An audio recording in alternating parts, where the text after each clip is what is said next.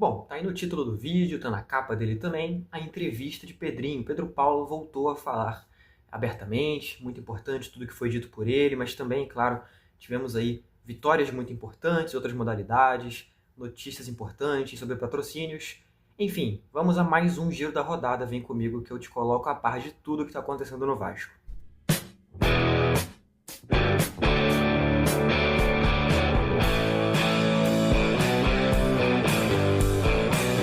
Fala galera, beleza? Eu sou o Eduardo, dono da Analisa Vasco e também apresentador aqui desse vídeo, e eu tô aqui para falar um pouco sobre essas últimas notícias do Vasco. Esses últimos 2 dias aí tivemos informações muito importantes.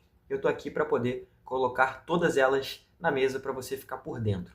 Bom, não vou nem enrolar, a principal delas, que tá no título, tá na capa, a entrevista que o Pedrinho deu. Essa entrevista ele deu ali no embarque do elenco do Vasco para Uberlândia, onde hoje, às 6h30 da tarde, o Vasco enfrenta o Cruzeiro. E aproveitando, a gente fez um pré-jogo muito especial com convidados, foi ao ar durante a manhã desse dia. Então, se você ainda não conferiu, vai ter um link aqui em cima e também na descrição desse vídeo para você poder acompanhar esse pré-jogo com todas as informações mais importantes, né? Mas no embarque, Pedrinho falou ali, então, com os repórteres presentes e falou bastante sobre os temas mais pertinentes que o Vasco teve aí nesses últimos dias. Destaque para a entrevista do Euriquinho, né? O Pedrinho falou abertamente sobre a sua opinião desse posicionamento do ex-vice-presidente de futebol, né, do Vasco da Gama. Também falou sobre a janela de transferências, as expectativas que existem atualmente, comentou abertamente sobre isso.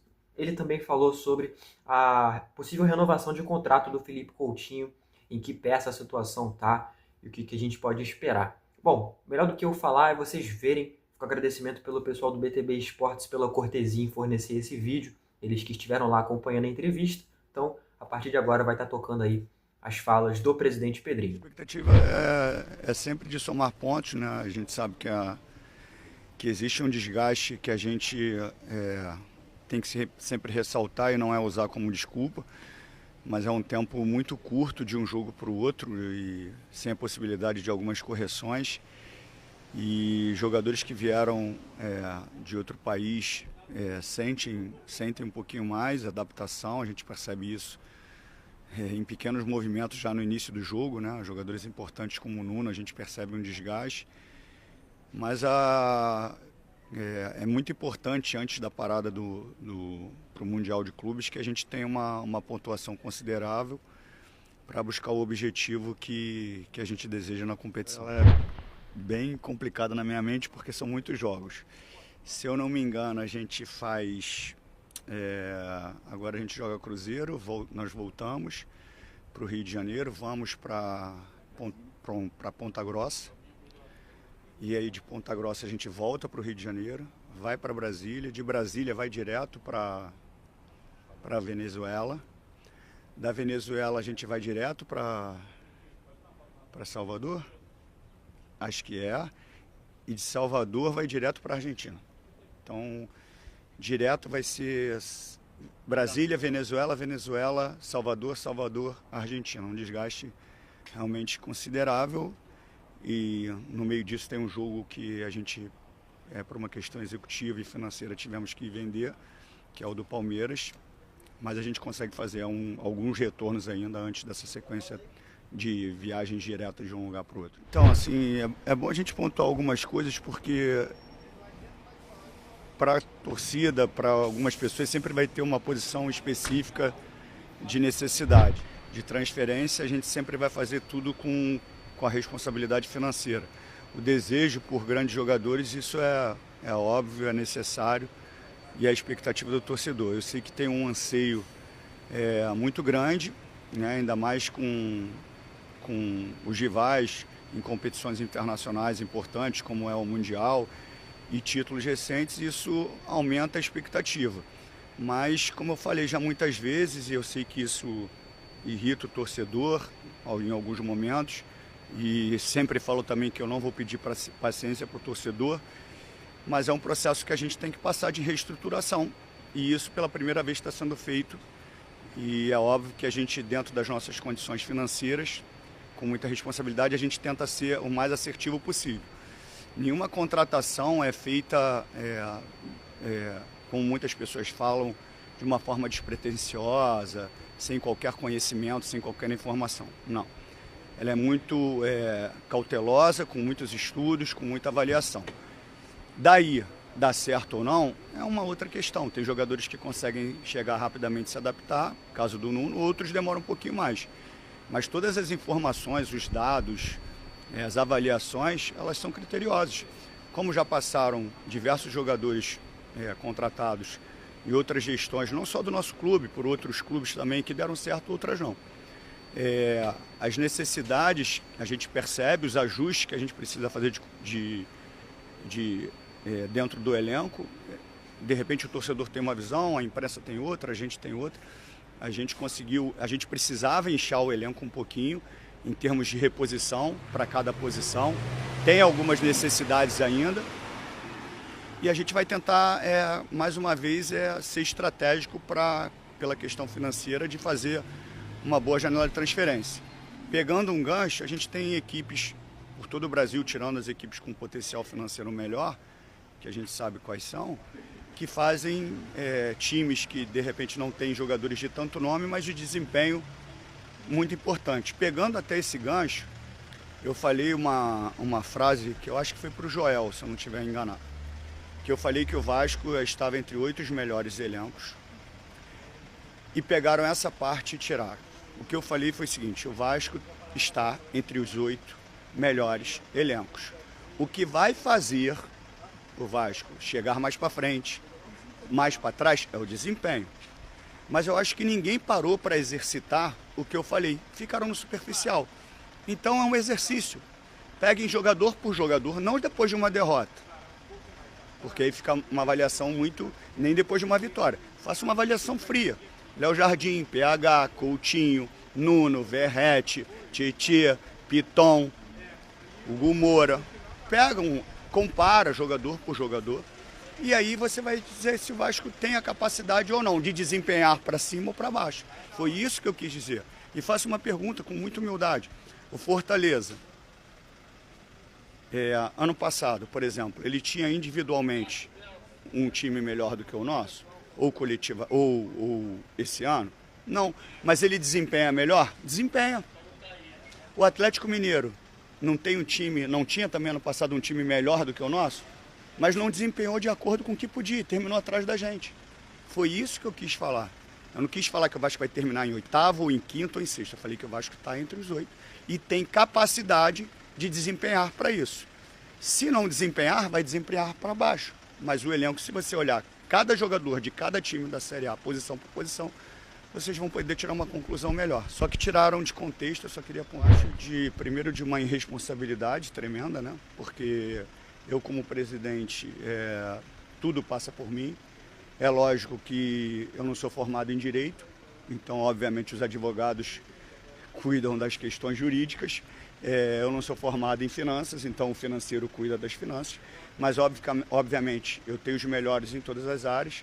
Tudo é passado para mim e eu defino o que vai ser feito. Então, mas se tratando da pessoa que falou, tudo que ele fala muito mais sobre ele do que sobre mim. Ele e outros. Então, assim, a minha resposta é essa. Tudo que ele falar vai falar muito mais sobre ele do que sobre mim. Assim, não tem muito o que falar, assim. As pessoas podem tirar a conclusão da forma que quiserem. Eu vou continuar trabalhando, vou continuar fazendo o que tem que ser feito em prol do clube. São ações e atitudes impopulares, muitas vezes, que me entristecem porque eu queria também dar muita alegria para o torcedor. Mas eu vou fazer o que é melhor para o Vasco, não o que é melhor para mim.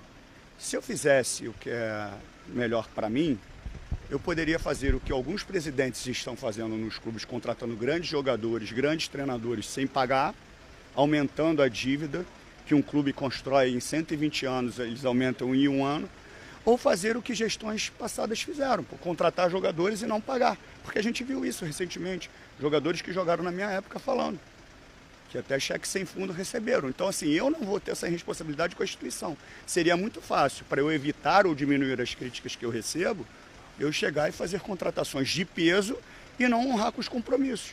Quando eu vou perder o jogador pelo prazo que eu tenho ali de pagamento, eu pago um pedacinho, ele não entra na justiça e eu vou deixando essa dívida para outros gestores. Não, eu não entrei para isso.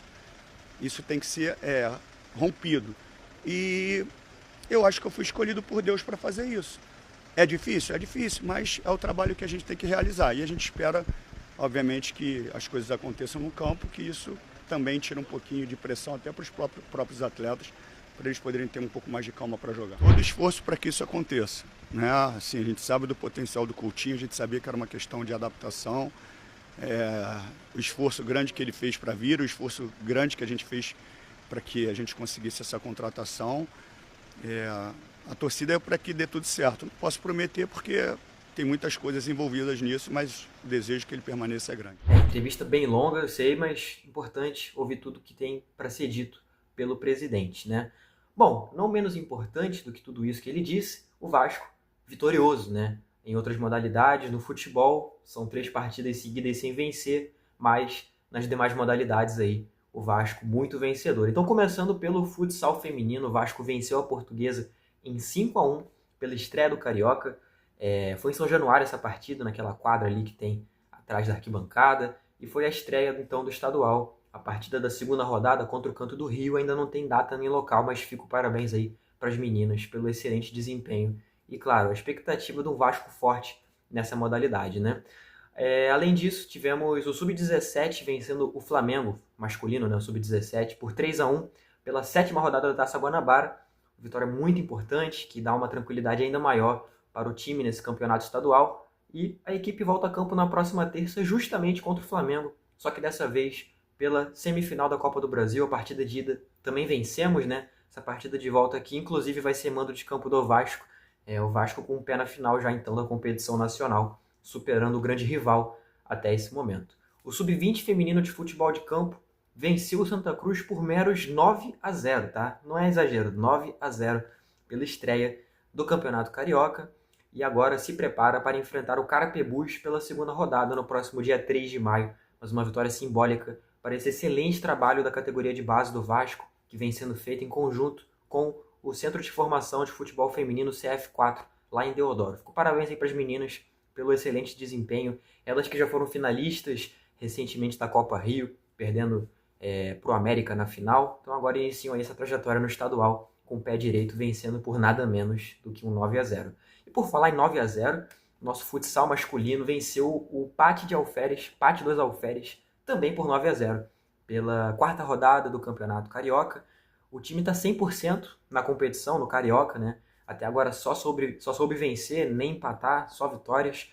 E voltam a campo no próximo dia 12 de maio contra a Portuguesa, no estádio Luso Brasileiro, aqui no Rio de Janeiro, né? O futsal, para quem não acompanha, ele tem jogado mais fora do estado, né? Então, a oportunidade de ver futsal aqui no Rio de Janeiro, lá no Luso Brasileiro, dia 12 de maio. Fique atento nas informações de horário. Ingresso, acredito que não vai ter cobrança de valor do ingresso, mas caso tenha, não vai ser muito caro, com certeza. Então, fique atento e prestigie nosso time de futsal, que precisa muito dessa nossa força, né? Bom, e aí, falando agora sobre futebol mais uma vez, né? O JP, meio-campista, cria da nossa base, que está emprestado para o Avaí, marcou seu 2º gol profissional. Já havia marcado o primeiro semana passada, pelo Avaí também, e agora voltou a marcar.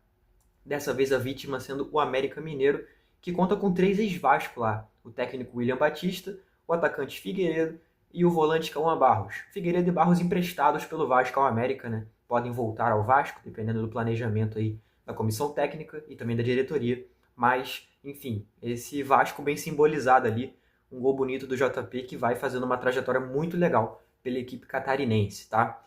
O Capasso, Manuel Capasso, o zagueiro que está afastado, né, do elenco do Vasco, ele fez uma ação social, fez parte de uma ação social com uma igreja missionária, Recreio dos Bandeirantes, que é o bairro onde ele mora, e muito bacana, inclusive, esse registro, tem bastante coisa ali dele ajudando a garotada e tal. Fica esse registro bacana dessa boa ação aí do zagueiro, que não tem tido minutos em campo, verdade seja dita, mas que ainda é atleta do Vasco, então vale a pena falar sobre ele com toda a certeza. Bom, também é importante não deixar passar, dia 26 de abril foi dia do goleiro. A gente postou nas redes sociais, inclusive, uma arte com os 4 principais goleiros do Vasco, na nossa opinião: Elton, Barbosa, Carlos Germano e também o Acácio. Muita gente lembrou também do Mazzaropi, enfim, do Leão, enfim, são debates que a gente pode ter aqui, que também tentamos lembrar para mencionar na legenda, acabou ficando de fora realmente, mas o que importa é celebrar o ofício do goleiro. Bom, e aí pra gente fechar as notícias, tivemos aí essa parceria do Vasco com a Tug9, que é uma marca de streetwear, para quem não sabe, é roupa casual ali, enfim, né? Informação ali do Rodrigo Silvério, Madruga Vascaíno, também do Matheus Gilbert, ambos parceiros nossos aqui, fica um abraço para eles.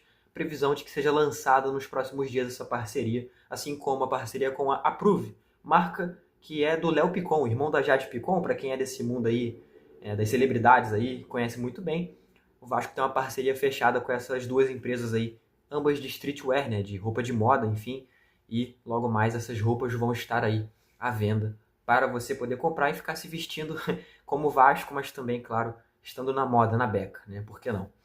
E bom, para a gente fechar aqui, né, a gente teve presente lá em São Januário nesse último sábado, né, nesse último dia 26, para acompanhar a vitória do nosso time de basquete diante do São José, pela partida 2 da primeira rodada dos playoffs. Eu estive lá, então eu vou passar a palavra para mim mesmo, só que agora lá do ginásio de São Januário. Diretamente de São Januário, onde o Vasco vence o São José pela segunda partida da primeira rodada dos playoffs e fica um pouco mais perto do avanço de fase na pós-temporada. O Cruz Maltino contou com mais de 400 torcedores aqui na Colina Histórica para prestigiar essa vitória muito importante, que passou muito pelos 21 pontos de Marquinhos, cestinha Cruz Maltino na partida. Agora, a equipe se prepara para daqui 2 dias somente, na próxima segunda-feira, dia 26, às 7h30 da noite, nesse mesmo São Januário, receber mais uma vez o São José pela partida 3. E caso vença essa, avança de fase para a próxima rodada da pós-temporada. Bom, e com isso eu fico por aqui. Muito obrigado a você que viu esse vídeo até o final. Ficou um pouco mais longo, tenho certeza, mas é importante deixar você a par de tudo que está acontecendo no Vasco nesse momento, beleza? É isso. Um abraço a você que viu esse vídeo até o final. Recomendação sempre a seguir a Analisa Vasco nas suas redes sociais, todas sob o @AnalisaCRVG. E claro, também a recomendação de se inscrever no canal e deixar o like. Tudo isso ajuda muito, não somente a mim, que estou aqui, claro, sendo beneficiado por isso, mas também para você passar o recado para o YouTube de que você gostou desse vídeo e de que você quer ver mais vídeos assim, não somente da Analisa Vasco, mas também de outros canais que façam conteúdos parecidos com esse aqui que você acabou de assistir, tá bom? Tamo junto, volto aqui pro pós-jogo falar desse Cruzeiro e Vasco. Quem sabe aí uma vitória, por que não acreditar, tá bom? Valeu e até a próxima.